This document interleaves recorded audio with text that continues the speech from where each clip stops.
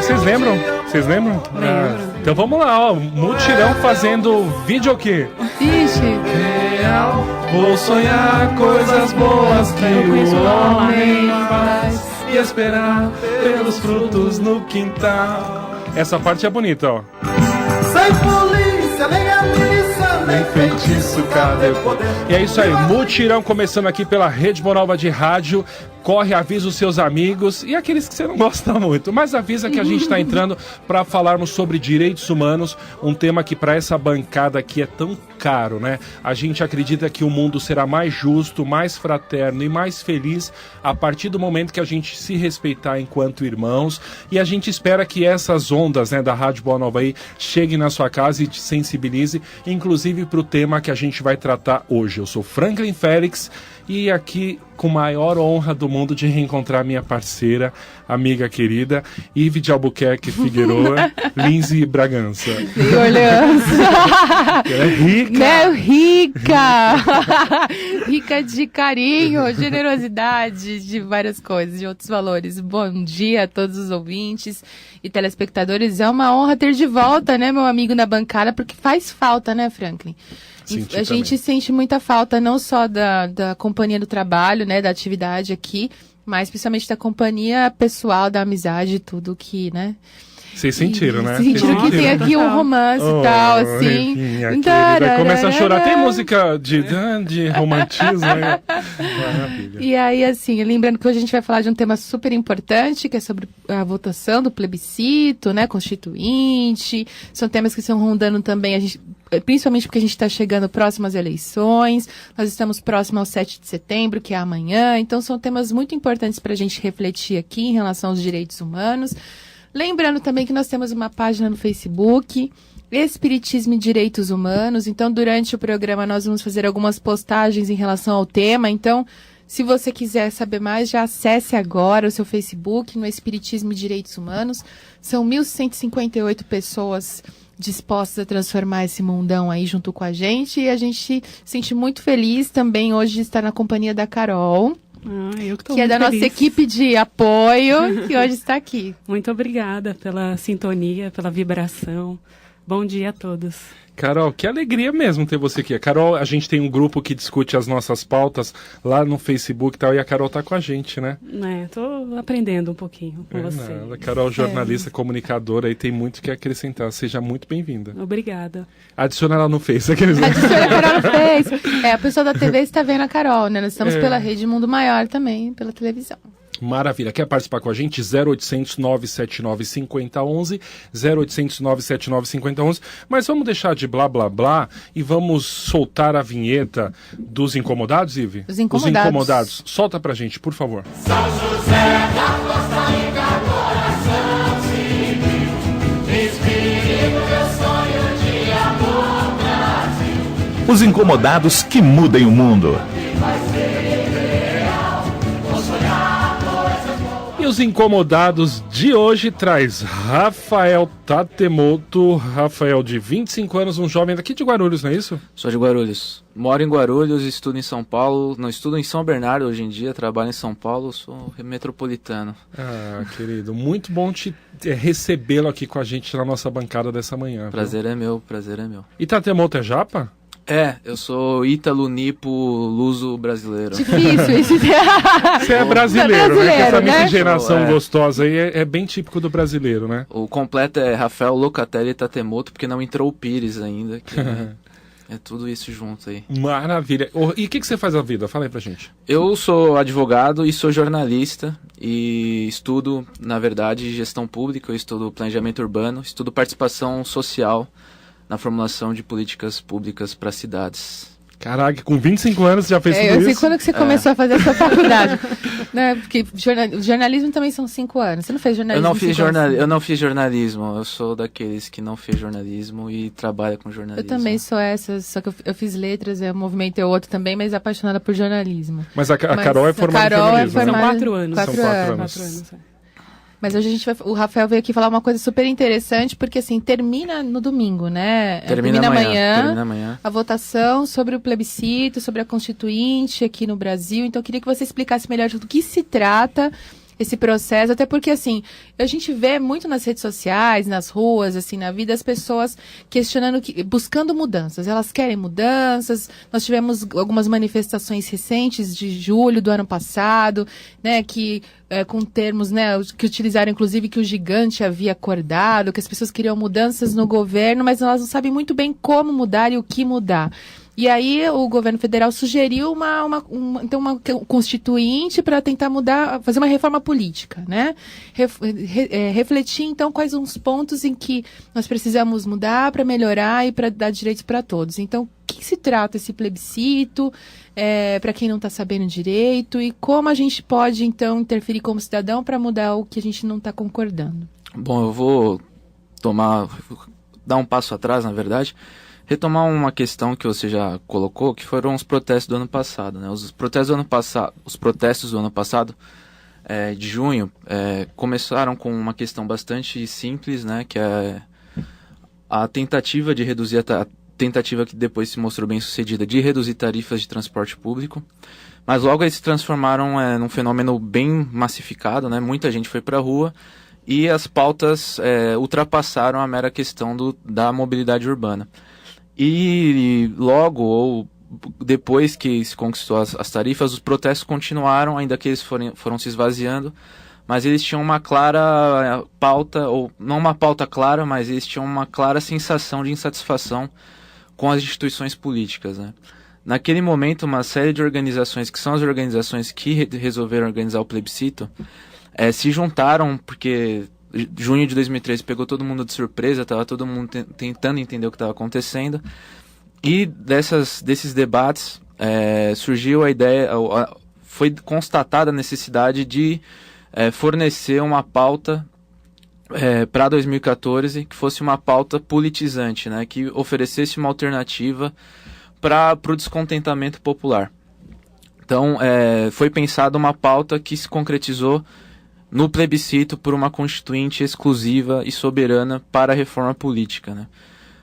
Um outro precedente, indo mais atrás, para explicar o que é um plebiscito popular, na verdade, a gente não é um plebiscito oficial, né? Esse não é o primeiro plebiscito popular que é realizado no Brasil. O primeiro, e talvez o maior, né? Esse que está acontecendo agora provavelmente vai ultrapassá-lo em número de votos.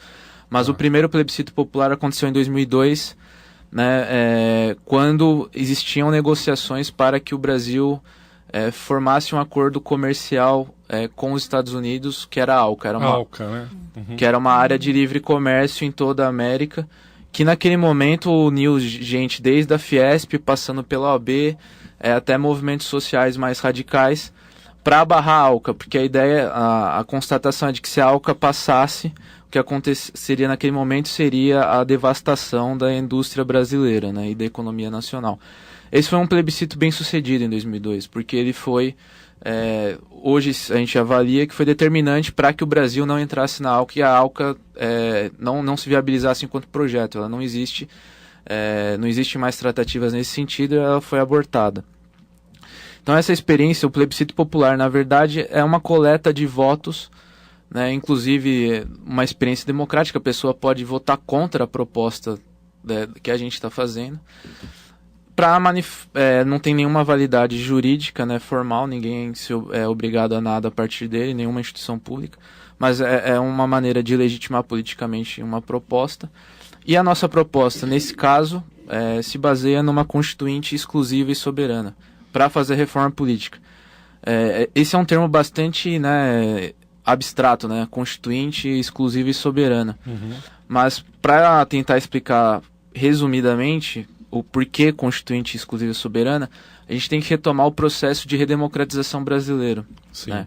Uhum. Quando o Brasil estava saindo da ditadura, né, houve o processo de formulação de uma nova Constituição, a Constituição que passou a ser conhecida depois como Constituição Cidadã, mas que trouxe muitos avanços sociais, né, consagrou muitos direitos sociais, mas que, na verdade, no que toca ao sistema político, ela foi bastante... Você está falando da década de 80, é isso? Tá, aquela de 88. 88, final da ditadura, muita mobilização popular, muita atividade política, né, a juventude estava em peso nas ruas, né, existia um clima de ascenso, né, da luta da juventude, de interesse por política.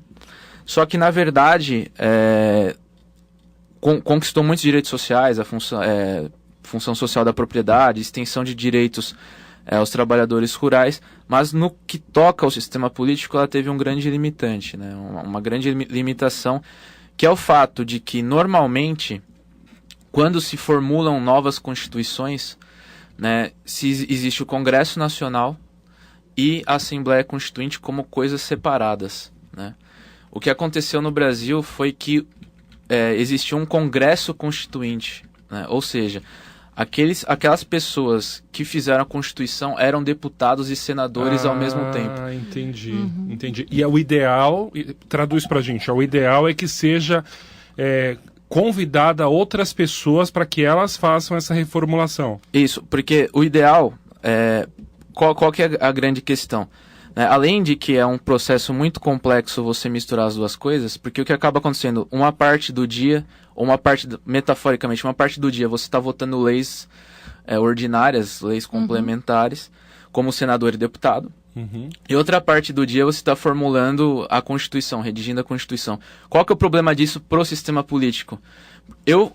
Imagine que eu sou um deputado ou um senador eleito, inclusive com as regras da ditadura, as regras eleitorais formuladas pela ditadura, e eu sou beneficiário desse sistema eleitoral, e eu vou decidir como é que vão ser as eleições no Brasil. Então, com quais interesses, né? Com que acaba ficando que os interesses de alguns nichos, né? Tanto de política partidária, principalmente, ou alguns organismos, às vezes religiosos também, que são mais próximos, né? Que estão mais próximos da casa do povo e acabam influenciando essas decisões, né? Então, não existe não é que teria que ser uma neutralidade, mas não existe uma multiplicidade, talvez, maior para poder uniformizar os direitos, né? Nem uma representatividade do povo, né, no Congresso, né? A bancada ruralista é enorme, há poucas mulheres, né? Que é isso também, outro ponto, né? Então, se a gente for entrar nessa representatividade, até a questão dos indígenas, né? Que tem uma representatividade mínima, né? Alguém pode defendê-lo, mas baseado nos interesses daquela pessoa, né? O que acabou acontecendo é que no nosso sistema político houve um claro conflito de interesses, né? Entre quem estava formulando o sistema político e que eram beneficiários desse sistema que prevalece até hoje. Então, como vocês tocaram, essa questão da representatividade é gritante. Tanto do ponto de vista de gênero como étnico e até de composição econômica, né, é gritante. As mulheres são a maior parte da sociedade brasileira, mais da metade, por volta de 51%. E no Congresso Nacional, hoje, são apenas 9%. Exatamente, é muito discrepante, né?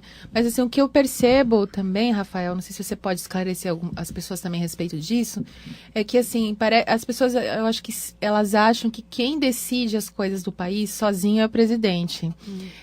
Quando aconteceram as manifestações no meio do ano, eu senti claramente que algumas mudanças que as pessoas queriam, elas acharam que era fácil de ser decidido, fácil de ser alterado, como se ela tivesse uma rainha, né, fosse lá e decretasse.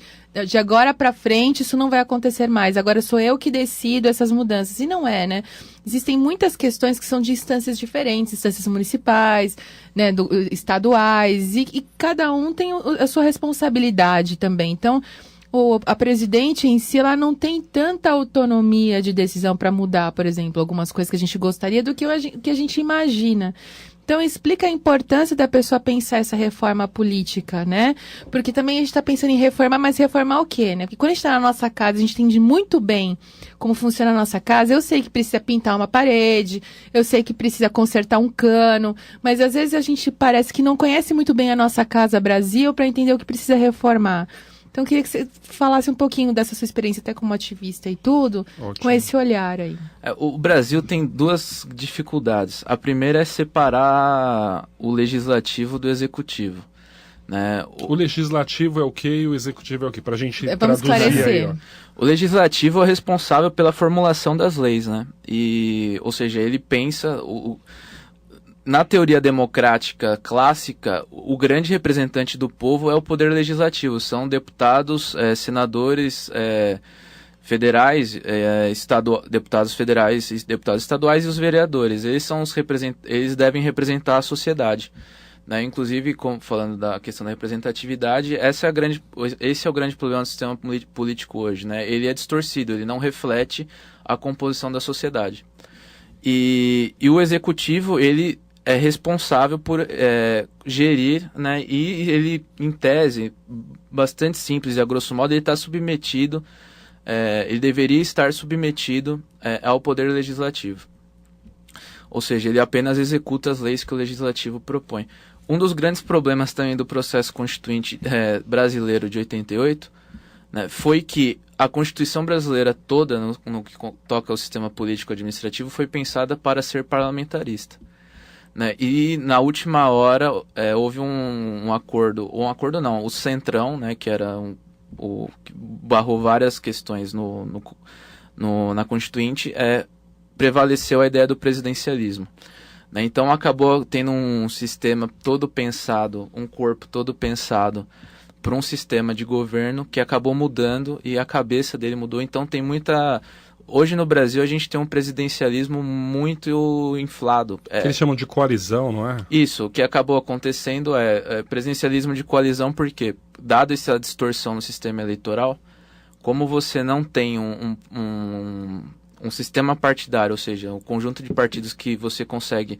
São partidos fracos, né? O Brasil tem, acho que hoje já passou dos 30 partidos.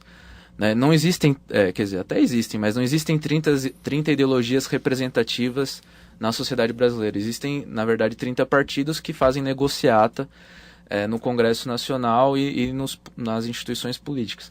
Então existe como os partidos são fracos, né, e não existe, as pessoas não são partidos apegados a programas, o que acontece é que quem se elege, não importa de que partido seja, precisa negociar com um conjunto de políticos que estão lá basicamente para fazer negociata.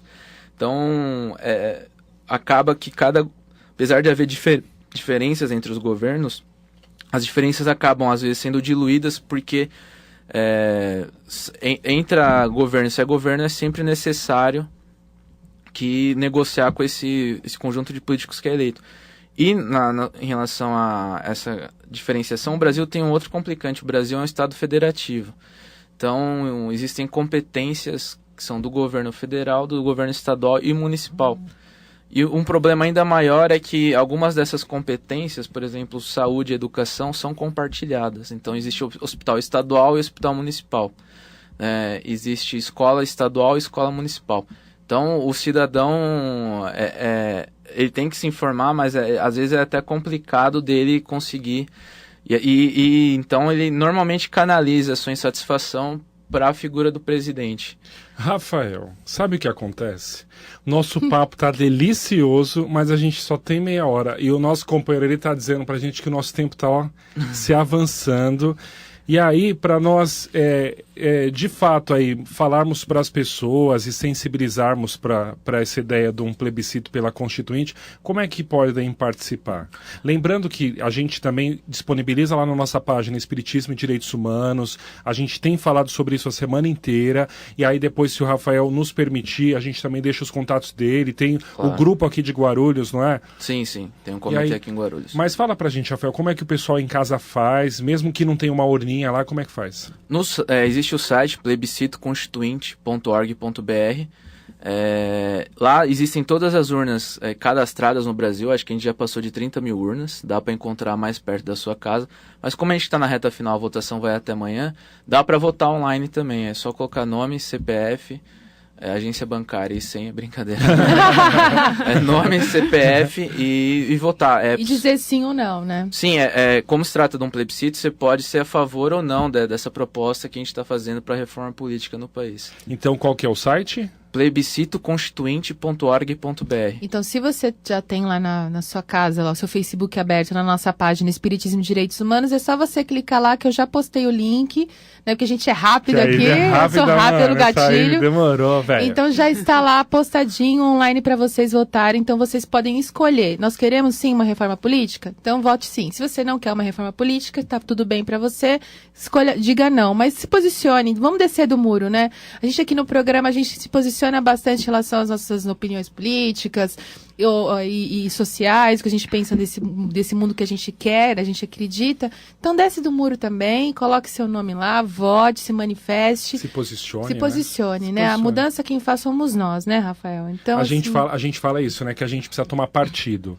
Então, e aí, se você tomar partido do lado que está sendo oprimido, né? Você escolhe o lado do opressor. Então, a gente aqui no programa sempre faz esse convite aí para nós entendermos, inclusive, a dimensão política, né? E aí, a querida Salvelina, da Vila Mazei, ela mandou um recado muito carinhoso aqui, minha irmã. Muitíssimo obrigado. Ela deu mandou um recado especial e aí ela pergunta assim, ó, você já quis, você tem perfil político, você já tentou alguma coisa? Eu gosto muito da política, sou envolvido com política e tal, mas nunca quis exercer ou me envolver em cargos políticos, né? Mas eu faço política do meu modo, cobrando, vivo no meio político e aí essa transformação social que a gente tanto acredita só é possível se nós nos engajarmos, né, meninas? Então, isso é fazer política, né? Mas eu não acho que eu preciso estar lá ainda não sei. Não sei, depois a gente faz uma enquete depois, a gente põe uma enquete no ar e pergunta, vocês gostariam de ver o Franklin Félix disputando algum cargo político, público? Aí eu sou sua assessora de imprensa, óbvio, que é o que eu mais adoro fazer. Rafael, que é um menino bom, fala super bem e tal, vai ser ali vai gestor. Eu fico com os panfletos. Já montamos todo um comitê aqui de campanha. Minha gente, é isso aí, mutirão. Depois entra lá, a gente coloca o programa no offline na nossa página também, mas gratidão pelo carinho, gratidão por estar com a gente. Rafa, desculpa, é pouquíssimo tempo, mas você volta? Volto, com certeza. Talvez, como a gente teve um número de acesso muito grande no site durante essa semana, o site caiu muito. Que foi bom e ruim ao mesmo tempo, dado o sucesso. Talvez a votação online continue durante a próxima semana, mas isso não é uma certeza ainda, a campanha vai decidir se... E aí a gente avisa na nossa página, vocês avisem a gente. Posso só fazer um lobbyzinho rapidinho no final do programa? É que, gente, eu trabalho aqui em Guarulhos e a semana que vem, sexta-feira, a gente tem a abertura do Salão do Livro de Guarulhos, e são 10 dias de evento internacional. Então, vou ter autores maravilhosos aqui para discutir as questões políticas da América Latina também. Nós vamos ter autores de shows todos os dias. Marcelo Genesi vai estar com a gente. Olha, Carol. José Doris Munho. E assim, o Antônio Scarmeta, que foi o escritor do Carteiro Poeta, ele vai vir aqui também. Então, assim, são pessoas importantes. E a gente que gosta de pensar politicamente, pensar nosso país, pensar a América Latina, a gente vai ter essa oportunidade de 10 dias aqui. Então, obrigada e até mais. Racistas não passarão. O Grêmio teve uma atitude muito boa lá, que a gente parabeniza a desportiva lá, né? O tribunal. E programa, 1 hora de programa, seu Jânter, por favor. Tá acabando. Carol, manda um beijo. Ó, esse Marcos fica... Toda vez ele rouba tempo da gente, ó. Falta meia hora, ele fica falando que a gente estourou o nosso tempo. Manda um beijo, Carol. Obrigada, gente. Beijo, boa semana, em paz. Tchau. Manda, Rafa, um beijo pra sua família. Beijo pra família, pra Xuxa, pra Sasha. Muito bem. Amamos vocês. Obrigado, queridos. Marcos e meu irmão ali, obrigado, viu? Até mais. Beijo. Beijo, tchau.